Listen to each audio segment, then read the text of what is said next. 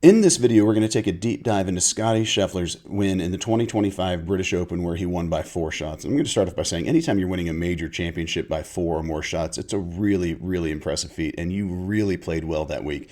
And we can start to see why when we take a deep dive into his approach shot strategy and also results. The challenge with saying strategy is we just don't know where any one shot was aimed at the end of the day. We have a shot pattern where, maybe he was aiming over here and he pushed it, or maybe he was aiming over here and he pulled it. Obviously, that's not the case, but we just don't know where his actual target was relative to the hole. But once you've looked at 18 approach shots, 72 approach shots, as I've done for Scottie, thousands of approach shots, you certainly can start to see a pattern at the end of the day. So one thing I want you to notice is these shots from the fairway. Look at how consistently the ball finishes on the fat side of the pin. And simply by fat side of the pin, I mean this hole location is 4 yards from the left edge and 22 yards on the green. If he hit it to 1 foot, but on the left side of this hole, but on the green, I would consider that short-sighted for this metric that I'm going to talk about, the decade ratio. This would be on the fat side of the hole location. So just look at the shots from the fairway for starters, how consistently they end up towards on the fat side of the flag.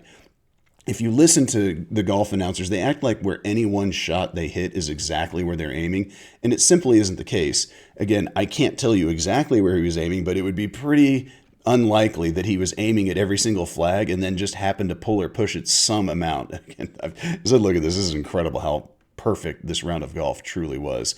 I've never worked with Scottie, even though he's from Dallas, which is where I'm from. I've known him for a long time. But I did work with Ted Scott, his caddy, who is very well versed in decade target selection and in essentially playing Scottie like a video game. But what I also want you to see is these shots from the rough. They pretty much finish where you would want them to as well. It's got to be one of the best ball striking rounds in history, but perfectly honest. But what I also want you to notice is how consistently from the fairway specifically, his ball, how close it is to hole high. It's again, really, really impressive. Understanding how to have proper distance control, how far you hit each shot is one of the most important things you can do for your golf game. This is one of the few shots that he actually got past hole high, but you can see it's just unlikely he was aiming there. You can see that that was just a shot that was in the slightly long portion of his shot pattern. No big deal. What's really interesting, though, is when you look at just his shots from the fairway, Scottie was on the fat side of the pin 82.4% of the time. That's not an accident. That is intentional via good target selection. If we look at this par 3 right here, it's playing 180, which means our decade baseline target would be 9 yards from the left edge of the green. This green is a little bit over 20 yards wide. These are 5-yard squares. So his target should basically be pin high and probably just a shade left of the middle of the green. Pretty much exactly where he hit it, and he can just lather, rinse, repeat that for 18 straight holes. It's really impressive, but it also reminds me of something I did for another player that I work with, Bryson, from back in the 2020 U.S. Open at Winged Foot. Let's take a look at that real quick. So what I did for Bryson and Chris Como, his instructor back in 2020, is I kind of made a recap packet of where his tee shots finished relative to his target.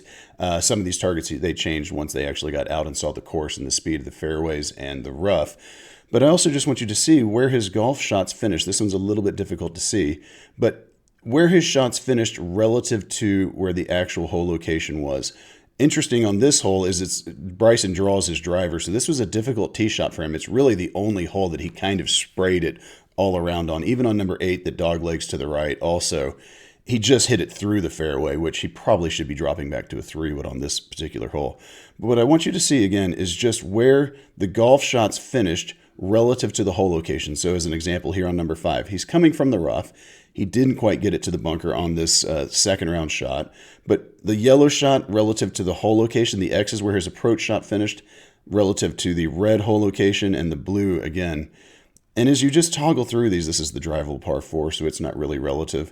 Shorter par 3, red X relative to red hole location, fat side. He did hit 2 nice shots on the first and second round.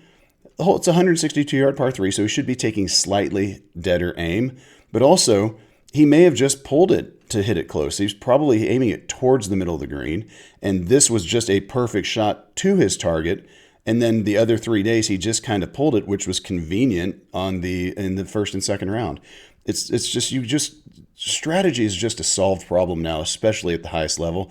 These guys understand exactly what it is they're doing. They keep the ball in a manageable spot, so they're up and downs. They're not too far short-sided, meaning they're 7 or 8 yards off the green when the pin's only 4 yards on the green. They're picking their targets with tee shots and sending drivers as often as possible. And it's just lather, rinse, repeat at the end of the day after that. So hope this helps everybody see exactly what the guys at the highest level of the game who understand at the end of the day decade-style target selection, whether it's the player themselves or the caddy. These guys are just picking apart golf courses, first and foremost avoiding bogeys and higher, simply because you cannot give your very precious birdies away with silly bogeys. That's what Scottie Scheffler, when he first came out on tour, he was 7th or so in birdies his first few years, was making way too many bogeys, got Ted Scott on the bag, tightened that all up, and now he's top 3 or 4 every single year in bogey avoidance. When you drop from 15% bogeys to 11%, it's 3/4 of a shot per round just by eliminating bogeys. Yes, he made about 1/4 of a shot more birdies over that same time frame, but the vast majority of Scottie's improvement since hiring Ted Scott has come from bogey avoidance.